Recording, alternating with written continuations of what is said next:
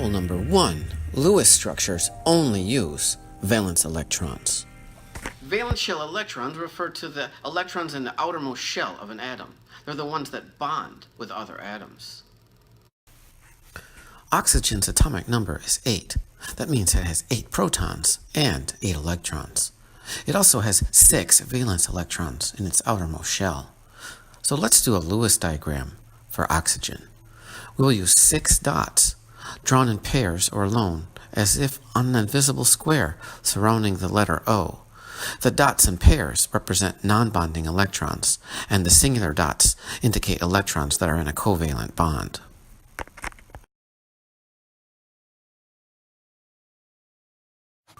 Rule number 2. The number of valence electrons is usually the same as the group number. The periodic table is divided into groups and periods. The periods are the horizontal rows, while the groups are the up and down columns. So how will we know how many valence electrons an atom has to begin with? Columns on the periodic table have what's called a group number. The group number is also the number of valence electrons. The transition metals here circled in the blue square don't follow this rule. So for example, look at oxygen in group 6. It has 6 valence electrons. Rule number 3. When making Lewis structures, give each atom the configuration of a noble gas whenever possible.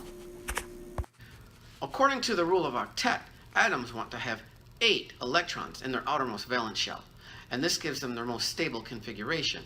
It's the same configuration that noble gases take. There are 3 steps to giving each atom the configuration of a noble gas. The first step is to determine the total number of valence electrons. You can refer to the periodic table. So let's take, for example, the molecule fluoromethane. As you can see on the periodic table, carbon is in group 4 and has 4 valence electrons. Hydrogen is in group 1 with 1 valence electron. And there's 3 of them, so that's 3 times 1. And then finally, fluorine is in group 7.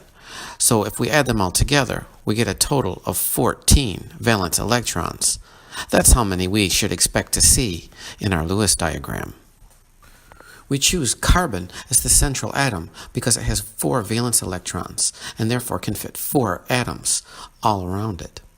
So the second rule is we represent the bonding pairs of 2 shared electrons with a line. So remember, a single line represents 2 electrons in a shared covalent bond. All of the atoms want to have 8 electrons in their valence shell, except for hydrogen. Hydrogen wants to have 2. So we'll count the electrons around each atom and make sure that we're getting the right amount. As you can see, when you add fluorine, it's only got 2 electrons in its valence shell. So we need to draw 6 more dots to satisfy the rule of octet. Let's try another example. Carbon dioxide. Pause the video now and see if you can work this one out on your own.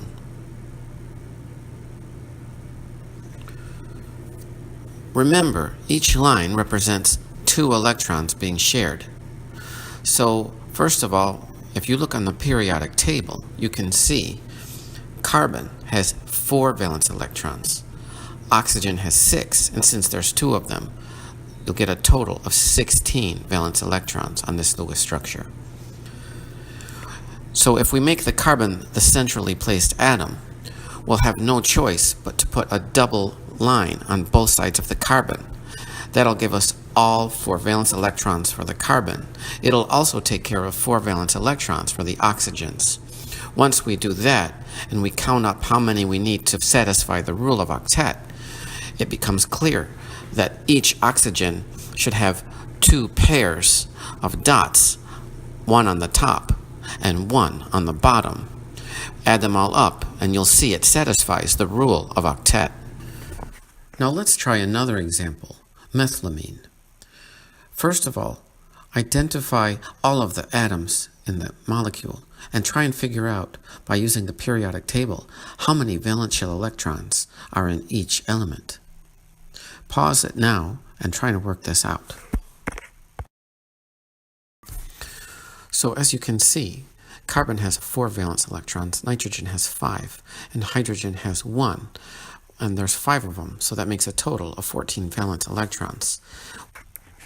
We'll make sure and we count those at the end to make sure we have the same amount. We'll make carbon the central atom for the same reason that we did before.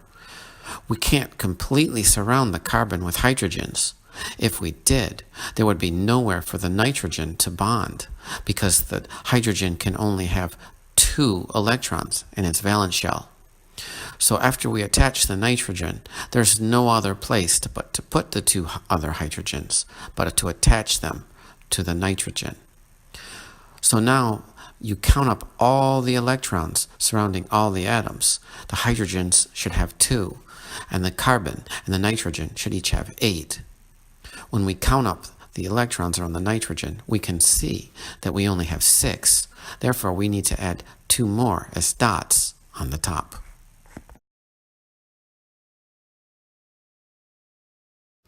An ion is an atom that's lost or gained electrons and now has an electric charge. Rule number 4.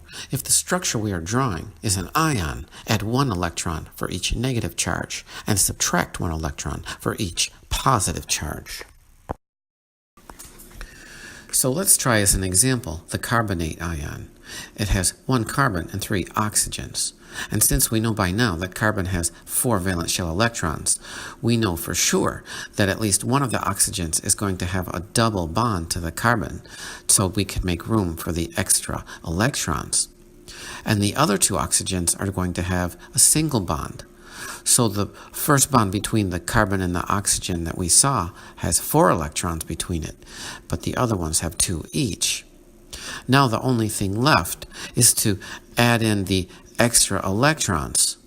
After we add in the valence shell electrons on the oxygens on the top and the bottom, you'll see that the ones at the bottom are still missing 2. But remember, this is a negative ion as indicated by the superscript 2 negative. So at the end, we add 2 more dots, 1 on each oxygen on the bottom, and that also satisfies the rule of octet.